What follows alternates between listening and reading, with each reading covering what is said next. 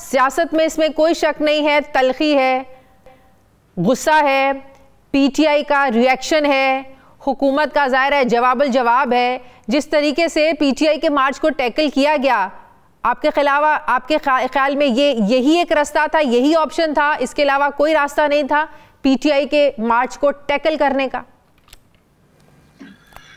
देखिए, मैंने आपका इब्तिदाइया सुना और जब आप इंतकाम की और इंतकामी सियासत की बात कर रही थी तो एक हद तक तो ये बात दुरुस्त है, लेकिन वो अंग्रेजी में कहते हैं कि मवाज़ने तमाम लंगड़े होते हैं। पीटीआई जो है वो एक आम जमात नहीं है, वो एक ख़ास किस्म की जमात है और उसके जो रहनुमा हैं, कायद हैं, वो भी एक ख़ास किस्म के सियासतदान हैं या सियासतदान नहीं है मेरे ख्याल में। जब आपको याद होगा कि अभी वो हुकूमत में थे, वज़ीर आज़म थे, जब उनके खिलाफ तहरीक अदम एतमाद की करारदाद जमा भी नहीं हुई थी या जमा हो गई थी, तो उस वक्त उन्होंने जलसों में, इंटरव्यूज में ये कहना शुरू किया था कि अगर मेरी हुकूमत ख़त्म होगी तो मैं खतरनाक हो जाऊंगा। तो वो बात उन्होंने अपने एक्शन से सच साबित करने की पूरी कोशिश की है। अगर वो सियासतदान होते और पीटीआई एक सियासी जमात के तौर पर एक्ट करती तो इमरान खान जो है वो कायदे हिज़्ब इख्तिलाफ होते। पाकिस्तान के 80% इलाके पर आबादी के एतबार से उनकी जमात की हुकूमत थी, खैबर पख्तूनख्वा और पंजाब।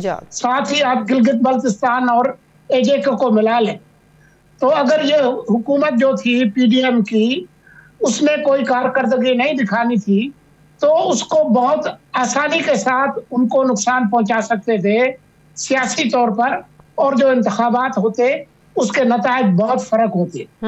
लेकिन बात यह है कि जिस तरीके से उन्होंने 25 मई 2022 से लेके 9 मई 2023, उसके बाद पीटीआई को जब हुकूमत मिली है एक सूबे में, उसके बाद भी कम से कम 3 दफा तो वो चढ़ाई कर चुके हैं। तो पीटीआई ये तय कर ले कि ये सियासी जमात है या गोरिल्ला ऑर्गेनाइजेशन है, इसमें पुरतशद्दुद तरीके से अपने हुकूक और अपने मुतालबात मनवाने हैं या सियासी तौर पर करते हैं। जाहिर है सोलंकी साहब, पीटीआई का तो हमेशा रद्द-ए-अमल यही है कि हम जमहूरी मुल्क है और जमहूरियत में हर सियासी जमात को एहतजाज का जमहूरी तरीके से राइट होता है, उन्हें भी होना चाहिए।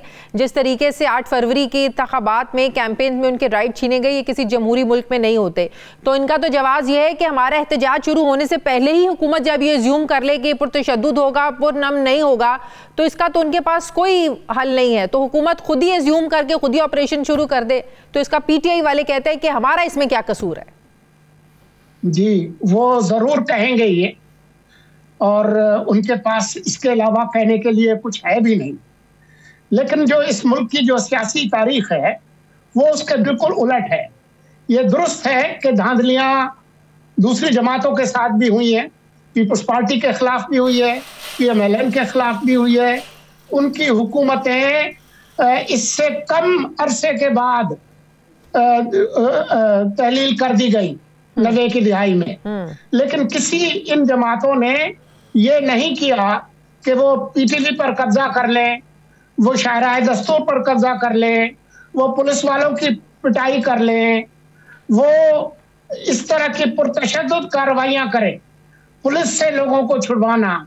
उसके बाद 9 मई को जो हुआ वो किसी तौर पर भी पुरअमन एक सियासी तहरीक नहीं थी। जिस तरीके से ये काम पीपल्स पार्टी ने नहीं किया, पीएमएलएन ने नहीं किया, तो ये अपने आप का मवाजना ना करें उन जमातों के साथ। अभी भी जो कुछ हुआ है, 100 से ज्यादा आपके लॉ एनफोर्समेंट जख्मी हैं, 4 शहीद हो चुके हैं।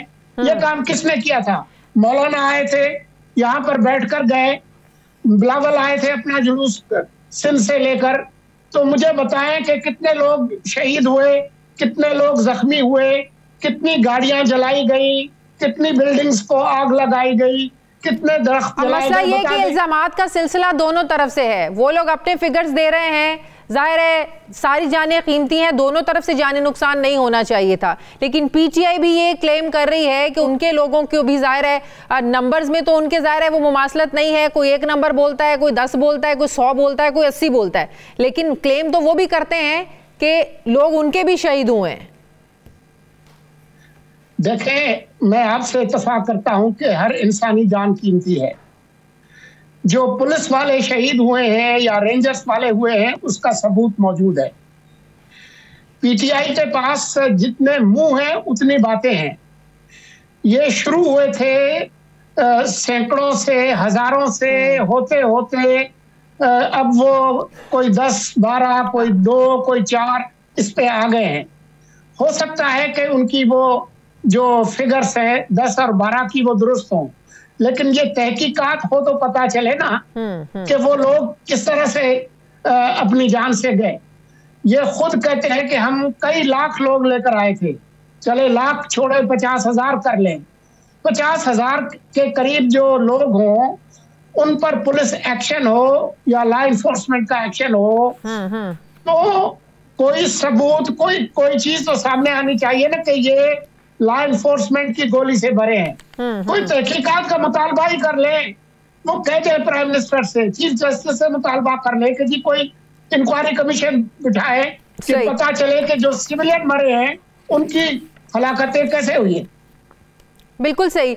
आज अता तारड़ साहब ने एक प्रेस कॉन्फ्रेंस की जिसमें उन्होंने कहा कि ये मुराद सईद इनके जुलूस में शामिल थे, इनके एहतजाज में शामिल थे, ये जंगजू साथ लेकर आए थे, ये हमलावर होने आए थे। तो बात ये है कि मुराद सईद तो मतलूब भी हैं बकौल हुकूमत के। अता तारड़ साहब ने भी कहा ये छुपे बैठे हैं सीएम हाउस पेशावर में।